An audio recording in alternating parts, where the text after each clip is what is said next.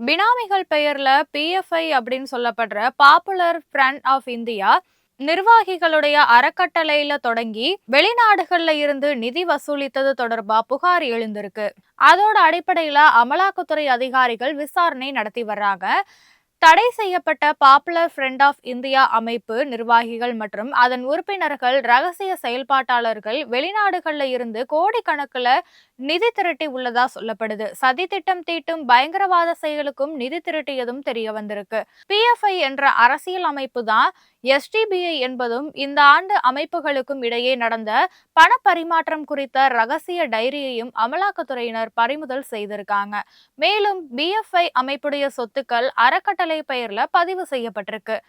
PFI மற்றும் SDPI அமைப்புடைய SIMI என்ற ஜமாத்-இ-இஸ்லாமி என்ற அமைப்புல தீவிரமா செயல்பட்டு வந்திருக்காங்க. நாட்டுடைய பல பகுதிகளில் உடற்பயிற்சி கூடங்கள் அப்படிங்கிற பெயர்ல ஆயுத பயிற்சியும் தாக்குதல் நடத்துவதற்கான பயிற்சிகளும் கொடுத்திருக்காங்க. கேரள மாநிலத்துல இந்த அமைப்பினர் நடத்தி வந்த 8 அறக்கட்டளைகள் அடையாளம் காணப்பட்டு 129 கோடி ரூபாய் மதிப்புள்ள சொத்துகள் முடக்கப்பட்டு இருக்கு. தொடர் விசாரணையில பிஎஃப்ஐ நிர்வாகிகள் தமிழகத்திலையும் பினாமிகள் பெயர்ல அறக்கட்டளை தொடங்கி பயங்கரவாத செயலுக்கு வெளிநாடுகளிலிருந்து நிதி திரட்டியதும் தெரிய வந்ததா சொல்லப்படுது.